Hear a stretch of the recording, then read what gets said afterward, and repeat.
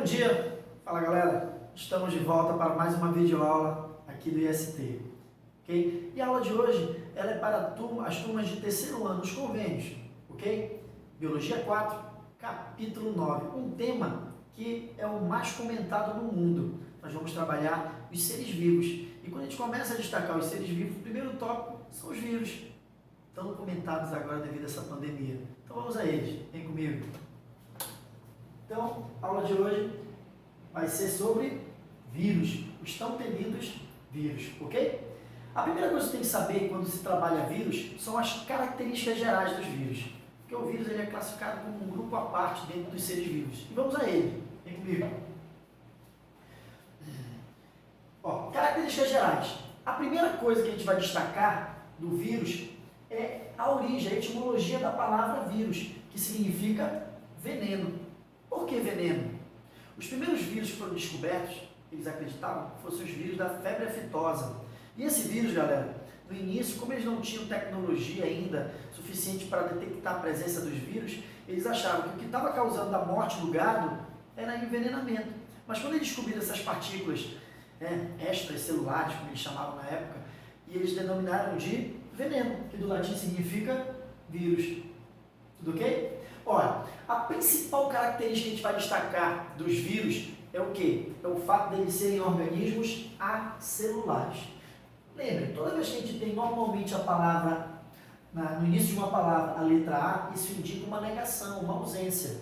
Então, ser um organismo acelular quer dizer que ele não apresenta células, quer dizer, eles são sem células. Eles não têm aquela estrutura que a gente já viu em aulas anteriores, que é a membrana, o citoplasma e o núcleo, como todos os seres vivos apresentam, da bactéria até nós, seres humanos. O vírus é um grupo à parte. Ele não tem essa organização de célula. Certo? Outra característica, o vírus é sem atividade metabólica própria. O que isso quer dizer? Quer dizer o seguinte, por exemplo, todo e qualquer ser vivo ele tem a capacidade de sintetizar suas proteínas, de metabolizar substâncias, nutrientes, eliminar, excretar, se reproduzir sozinho. Vírus não. O vírus ele só consegue ter atividade metabólica quando ele está dentro de uma célula. O que ele faz? Ele faz com que essa célula a qual ele está parasitando trabalhe para ele. Ok? Então a célula é como se fosse um escravo desse vírus. E quando o vírus não precisar mais dessa célula, normalmente o que é que ele faz? Ele mata, libera novos vírus e continua o seu ciclo que a gente vai ver daqui a pouco. Outra característica é essa daqui, olha. Os vírus eles são parasitas intracelulares obrigatórios. Vamos lá. O que é um parasita? É um ser que vive à custa do outro, pelo fato dele não ter metabolismo. Outro, intra, quer dizer dentro. Celular, célula. Ok? Obrigatório. O que isso quer dizer? Ele é um parasita de dentro da célula. Só assim ele tem capacidade de se reproduzir. Fora da célula, o vírus fica em formato de cristal. Ele é uma matéria bruta. Ele não tem atividade metabólica. Só tem atividade metabólica quando está dentro da célula. Na verdade, ele usa o metabolismo da célula em seu benefício. Ok? Outra característica dos vírus, olha, eles são altamente específicos. O que isso quer dizer? Um vírus que ataca uma planta, muitas das vezes ele não consegue atacar um determinado animal. Um vírus que ataca um protozoário, por exemplo, não ataca uma bactéria. Um vírus que ataca, às vezes, por exemplo, um animal, ele não consegue atingir, causar a mesma infecção em outro animal. Às vezes, dentro de um mesmo organismo, a gente tem vírus que ataca, por exemplo, o fígado. A gente pode ter vírus que ataca o cérebro, as células do cérebro. Então, eles são extremamente específicos, eles precisam, certo? Entrar na célula. E esse processo de entrada, esse acoplamento do vírus à célula hospedeira é muito específico. Por isso que às vezes o vírus ele não consegue parasitar muitas células. Quando ocorrem alguns casos de mutação, de recombinação, e o vírus ele consegue, muitas das vezes, passar de um organismo para o outro, que é o exemplo do Covid agora. O H1N1 que nós tivemos há tempos atrás, a gripe aviária, que era um vírus que estava atingindo um certo animal e ele passou a parasitar outros animais. Beleza? Vamos lá. Outra característica. Ele tem a capacidade de sofrer mutação e ele consegue se reproduzir. O vírus ele tem material genético, certo? Com isso, ele consegue se reproduzir, ele consegue alterar esse material genético, quer dizer, ele pode sofrer mutação, que é uma característica dos seres vivos. Alguns autores questionam, vírus é um ser vivo. Por que ele é um ser vivo? Porque ele tem material genético. Além de ter material genético, ele consegue se reproduzir. Então, o que eu vou ter? Capacidade de mutação, uma capacidade de reprodução. Isso vai fazer com que o vírus, para alguns autores, seja classificado como um ser vivo, mas para outros não. Ele é classificado como um grupo à parte. Por quê? Pelo fato de não ter célula e não ter metabolismo, que é uma característica específica de todos os seres vivos. Beleza? E como eu falei, ó, como partícula extracelular, quer dizer, fora da célula, ele fica cristalizado, ele não tem atividade metabólica. Ok? Vamos ver algumas imagens de alguns vírus, meus amigos, para a gente elucidar isso de forma mais eficaz. Aí. Ó, aqui eu tenho dois tipos de vírus, certo? Esse aqui é o chamado bacteriófago. O aluno confunde muitas das vezes. O bacteriófago ele é um vírus que ataca bactérias. Ele é específico de bactérias. E aqui nós temos o temido, o famoso HIV, que é o conhecido vírus da AIDS, uma das doenças mais conhecidas do mundo. Mas para ver, ainda dentro da estrutura viral, a composição química dele. Porque você viu agora que o vírus não é considerado um ser vivo por muitos autores pelo fato de não ter célula. Mas como é que se dá essa organização viral, que não é uma organização celular? Cuidado com isso numa prova. Lembre que ele não tem célula. A composição química ele é formada por proteína, formando o envoltório, que é a cápsula, o capsídeo aqui, ó. Toda essa estrutura aqui do bacteriófago, olha, a cabeça, a cauda, as fibras, certo? Tudo isso aqui é formado de proteína. E dentro você vai ter o material genético, tenha cuidado. O material genético dele é DNA ou RNA. Os vírus, a maioria deles, você não vai encontrar os dois ácidos nucleicos, como nós encontramos em todos os seres vivos. Bactéria, protozoário, alga, planta, fungo, animais, todos têm nas células, tanto DNA quanto RNA. Nós vimos isso em código genético. Vírus não. Ou você vai ter DNA, ou você vai ter RNA, salvo algumas exceções. Quais são essas exceções? Eu tenho, por exemplo, o citomegalovírus, que eles encontraram os dois ácidos nucleicos no mesmo vírus, mas é um grupo à parte. No geral, vírus vai ter DNA ou RNA. Então eu tenho vírus de DNA e vírus de RNA. Olha lá. O capsídeo, como eu falei, ele é formado por proteína, que protege, como se fosse a membrana, mas não é a membrana. Porque lembra, a membrana plasmática da célula, ela é o quê? Lipoproteica, ela é formada por lipídio, proteína, tem carboidrato, sais minerais. Aqui não, só é proteína, ok? E dentro, pessoal, você vai ter um material genético, que é DNA ou RNA, chamado de cerne, no centro, como se fosse o núcleo, mas não é núcleo, não esquece disso, porque núcleo é uma estrutura celular e o vírus não tem célula, ok? Aí, detalhe, tenha cuidado aqui, ó. O envelope, até coloquei, destaquei aqui, é uma estrutura facultativa. O que isso quer dizer? Nem todo vírus tem envelope. Mas o que é um envelope? O vírus não é um parasita intracelular obrigatório? Sim. Esquece disso. Então, ele invade a célula. Quando ele invade a célula, ele escraviza a célula para trabalhar para ele. Só que alguns vírus, muitos deles, quando eles estão matando a célula hospedeira, quando eles não precisam mais dela, eles rompem a membrana plasmática. E ao romper essa membrana plasmática, o que é que vai acontecer? Eles levam fragmentos da membrana plasmática. E esses fragmentos foram se reorganizando, se estruturando e formando o envelope, que é uma estrutura, por exemplo, facultativa. Nem todo vírus apresenta o envelope. Mas o que é o envelope mesmo? É um pedaço da membrana plasmática da célula hospedeira que o vírus matou, utilizou e depois não precisou mais dela. Ok? A gente vai ver isso no ciclo. Então aqui eu tenho o envelope viral, isso aqui é lipoproteico, ele tem proteínas específicas que vão fazer com que ele se acople na próxima célula que ele for parasitar. Aí você tem a cápsula formada de proteína, o capsídeo, e dentro o material genético.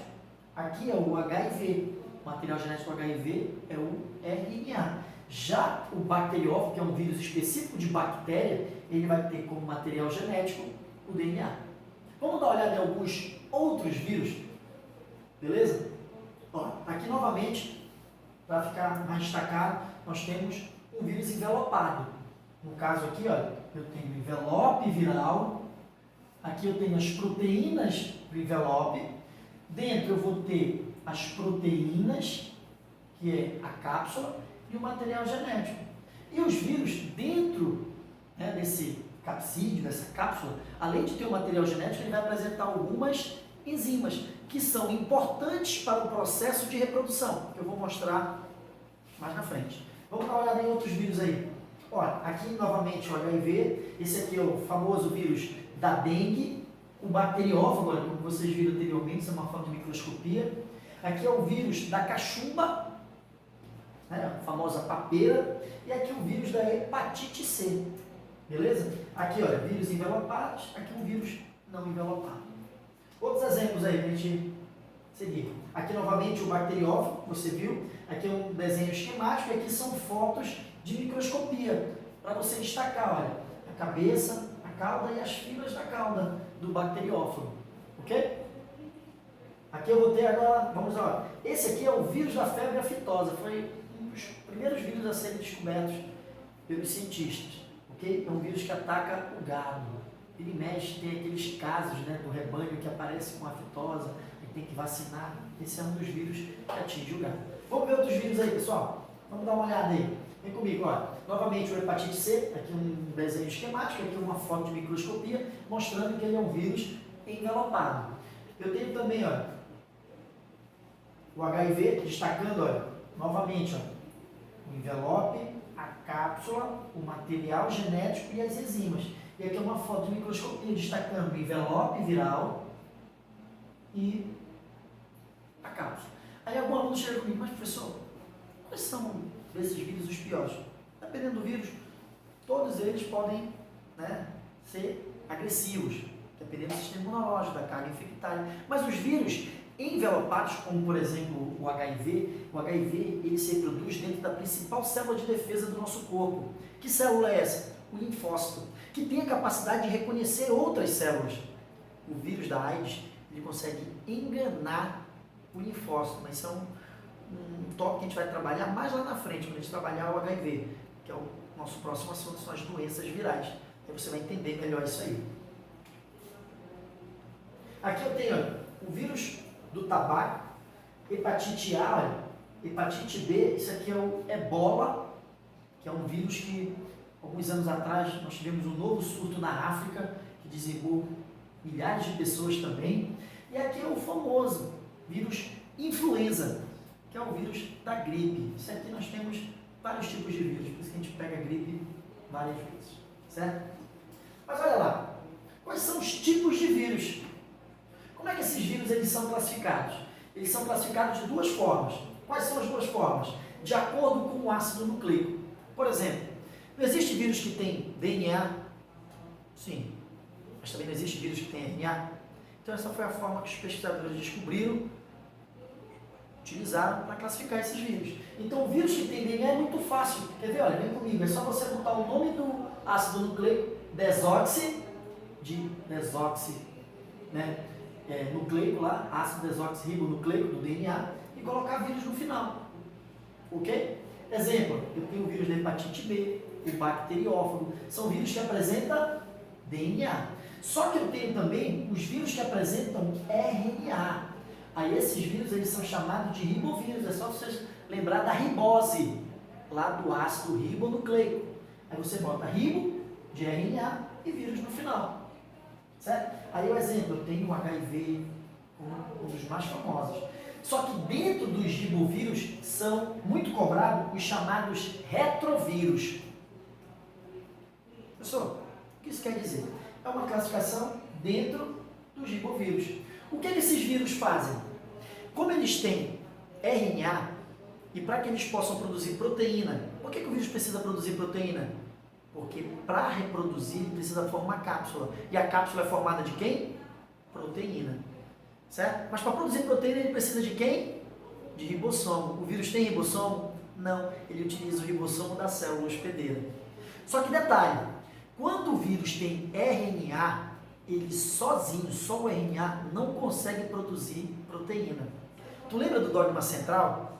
Que a gente vai fazer uma revisão de uma aula anterior. Pode passar comigo. Agora a gente vai falar do famoso dogma central que nós destacamos lá na aula de código genético.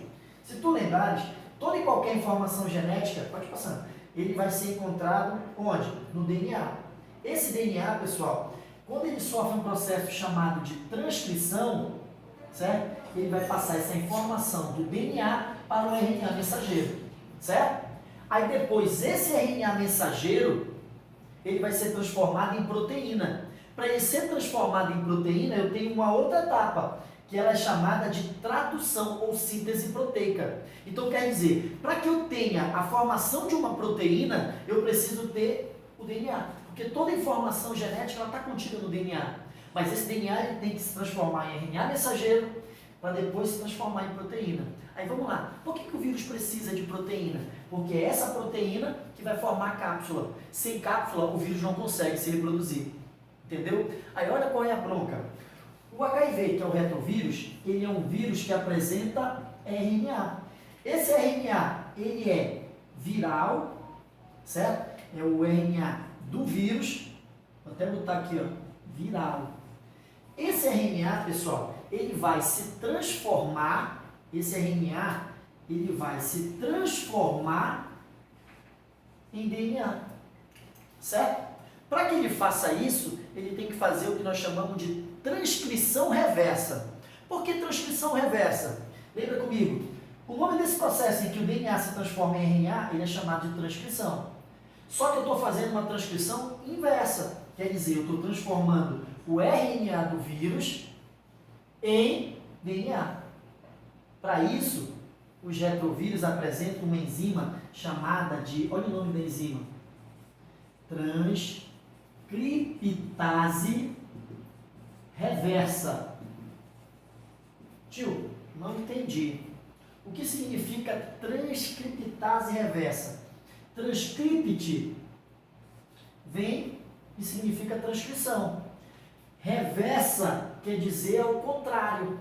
Iase é uma designação de enzima. Então, uma enzima que faz uma transcrição ao contrário, uma transcrição reversa. Aí o vírus consegue transformar o seu RNA em DNA dentro da célula hospedeira. Aí dentro da célula hospedeira ele vai transformar DNA em RNA mensageiro e depois formar a proteína. Aí essa proteína aqui, olha, vai formar a cápsula. Por exemplo, você já ouviu falar das drogas antivirais que alguns portadores, por exemplo, do vírus da AIDS fazem uso? Entre as drogas, entre elas, existe uma chamada de AZT, que é a azitimidina. Essa enzima, pessoal, ela vai atuar bloqueando a ação dessa enzima. A transcriptase reversa, ela não atuando, o vírus não consegue transformar RNA em DNA. Se ele não produzir DNA, ele não consegue formar proteína. Sem proteína, ele não forma cápsula. Sem cápsula, ele não se reproduz. O AZT mata o vírus?